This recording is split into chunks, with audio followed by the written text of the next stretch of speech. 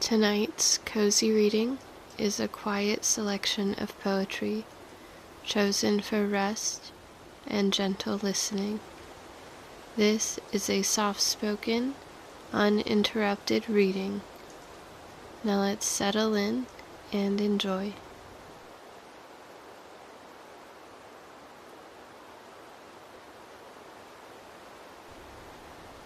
River Snow by Mark Van Doren. The flakes are a little thinner where I look, for I can see a circle of gray shore and grayer water motionless beyond. But the other shore is gone, and right and left, earth and sky desert me. Still I stand and look at the dark circle that is there,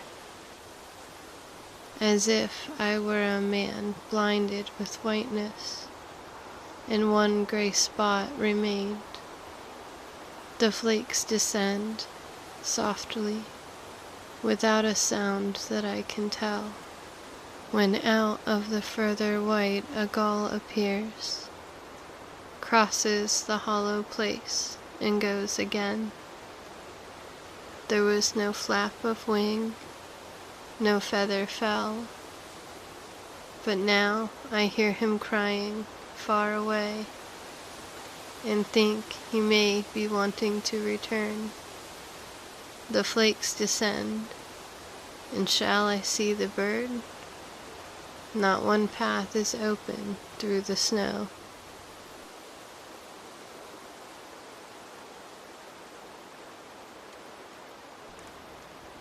Salutations to a Mouse by Marsden, Hartley.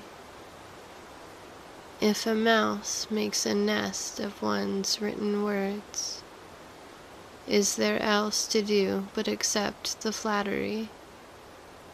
I have deemed it wise to do so.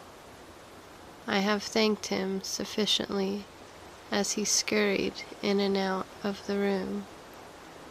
He has faced whither with a nest of my words. I did not suspect them of such worth against the cold.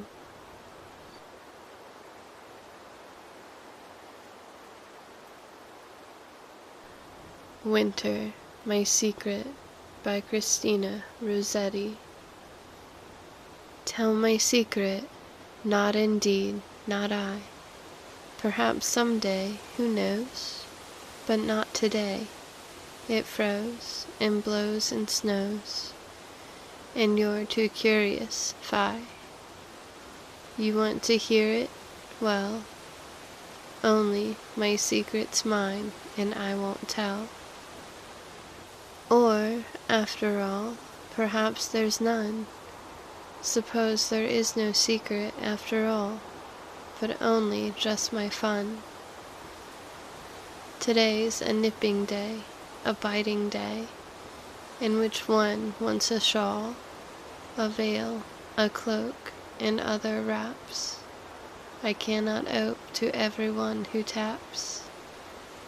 And let the draughts come whistling through my hall, come bounding and surrounding me, come buffeting, astounding me, nipping and clipping through my wraps and all.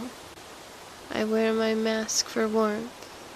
Whoever shows his nose to Russian snows, to be pecked at by every wind that blows. You would not peck. I thank you for your goodwill. Believe, but leave the truth untested still. Spring's an expansive time, yet I don't trust March with its peck of dust, nor April with its rainbow-crowned brief showers, nor even May, whose flowers, when frost may wither through the sunless hours. Perhaps some languid summer day, when drowsy birds sing less and less, and golden fruit is ripening to excess. If there's not too much sun, nor too much cloud, and the warm wind is neither still nor loud. Perhaps my secret I may say, or you may guess.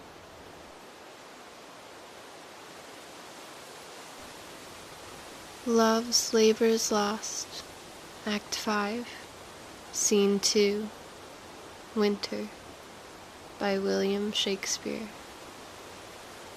When icicles hang by the wall, and Dick the shepherd blows his nail, and Tom bears logs into the hall, and milk comes frozen home and pale, when blood is nipped and ways be foul, then nightly sings the staring owl, to wit, to who, a merry note, while greasy Joan doth keel the pot. When all aloud the wind doth blow, and coughing drowns the parson's saw, and birds sit brooding in the snow, and Marion's nose looks red and raw, when roasted crabs hiss in the bowl, then nightly sings the staring owl, to wit, to who, a merry note, while greasy Joan doth keel the pot. An Old Man's Winter Night, by Robert Frost. All out of doors look darkly in at him through the thin frost, almost in separate stars, that gathers on the pane in empty rooms. What kept his eyes from giving back the gaze was the lamp tilted near them in his hand. What kept him from remembering what it was that brought him to that creaking room was age. He stood with barrels round him, at a loss, and having scared the cellar under him, and clomping there, he scared it once again, and clomping off, and scared the outer night, which has its sounds familiar, like the roar of trees and crack of branches, common things, but nothing so like beating on a box. A light he was to no one but himself, where he now sat, concerned with he knew what, a quiet light, and then not even that. He consigned to the moon, such as she was, so late arising, to the broken moon as better than the sun, in any case, for such a charge. His snow upon the roof, his icicles along the wall to keep, and slept. The log that shifted with a jolt, once in the stove, disturbed him, and he shifted, and eased his heavy breathing, but still slept. One aged man, one man, can't fill a house, a farm, a countryside, or if he can, it's thus he does it of a winter night.